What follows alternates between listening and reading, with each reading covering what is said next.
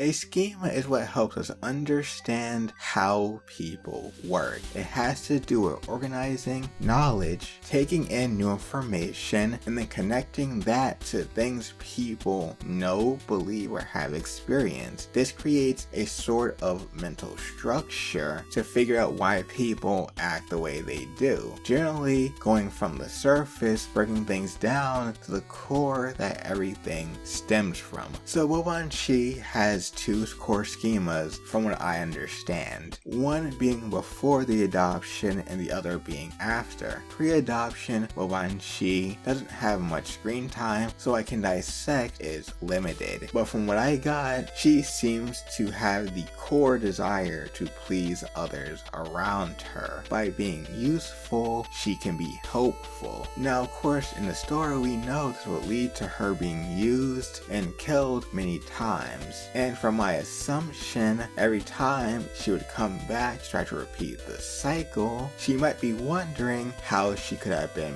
better or where she went wrong so she doesn't do it again. Now, here's the transition point from old to new. She continues to have encounters with Morgan. This creates an attachment to Morgan, someone who generally actually helps her and cares for her. Morgan allows her to question the reason she continues to do what she does and releases her resentment towards those who have hurt her. This follows by creating a new core, that being how can she please Morgan, because this is where her new source of worth and validation comes from. She needs to prove that she is the one and only fairy who can be Morgan's daughter and heir to the throne. So she needs to be strong, she has to be superior, she has to show others that she's the one on top the same way Morgan does. So she does this by killing other fairies mercilessly. Not that they didn't deserve it, but not all of them deserved it, thus creating her own bad reputation and why she is the most hated. Now, alternatively, going from a more top to bottom approach, which is the opposite of what I've been doing for the previous one, we find out that her aggressive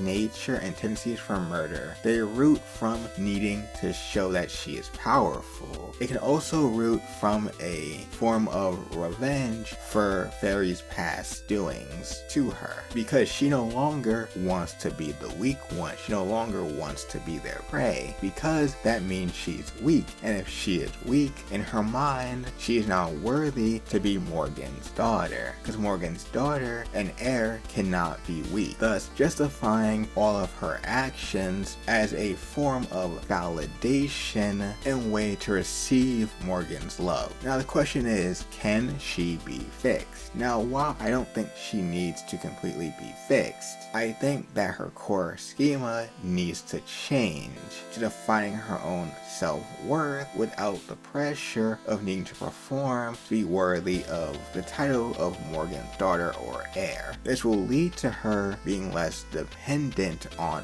Morgan, becoming more self-sustainable, not just physically but emotionally. It also means that she is less vulnerable to the manipulation of people like Beryl Gut or others who might want to use her. We need to question, who is Boahban without Morgan? Who is the real her? Well, the need for self-validation to feel worthy, like she's worth something from somebody else. Does she want vengeance, or is all her actions just a way to prove herself? Does she have the capability to move on and change? But more importantly, because she is a fairy and fairies do have purposes, is it possible for her to even be self-sufficient without the dependency of others around her? Now, theoretically, I think to completely fix her and turn her around, it will require turning back time to relocate her to someplace more safe and peaceful. Not that there is one of those in Lost Britain, but this is theoretically. It might also require some changing of Morgan's character on her part as well if she is to be in Boahban's life, because it's what Morgan went through that made her who she is, passing that on eventually to Boahban. So essentially, they are just a result of their environment. So to change that, we need to change the environment. This this is more of an experimental video, as I love talking about characters, their journeys, and so on. If you want to find out more videos like this, check the description, card, or video on the screen.